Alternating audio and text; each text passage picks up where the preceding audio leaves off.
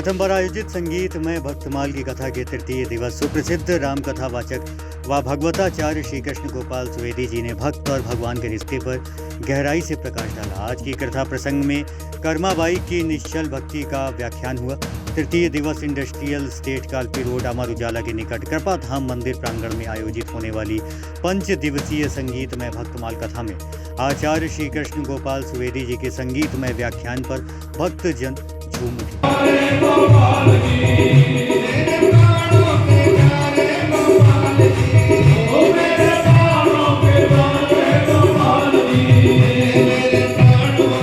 सायंकाल 3 बजे से 7 बजे तक होने वाली भक्तमाल कथा में कार्यक्रम आयोजक संयोजक सुनील कपूर, सपना कपूर, राजीव चतुर्वेदी, गुड़िया चतुर्वेदी द्वारा व्यासपीठ का पूजन किया गया।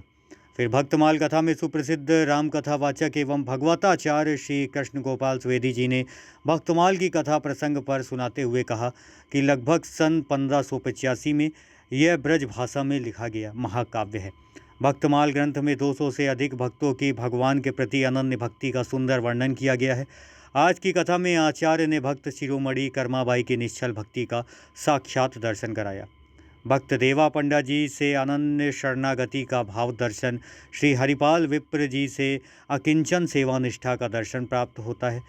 वहीं साक्षी गोपाल जी लाडले जू से सत्य मार्ग का दर्शन मिलता है। कृष्ण गोपाल सुदीप जी महाराज कहते हैं कि योगेश्वर श्री कृष्ण भगवान की अनन्य भक्त थी। कर्माबाई की निश्चल भक्ति से अति प्रसन्न ठाकुर भक्त वत्सल भगवान कर्मा के हाथ से भोग पाते थे और जब कभी वे मंदिर नहीं आ पाती तो ठाकुर जी स्वयं उसके घर पर भोग पाने चले जाते। कल चतुर्थ दिवस की संगीतमयी कथा में आप सभी भक्तजनों का स्वागत है। कथा के भागी बनकर जीवन को सफल बनाएं।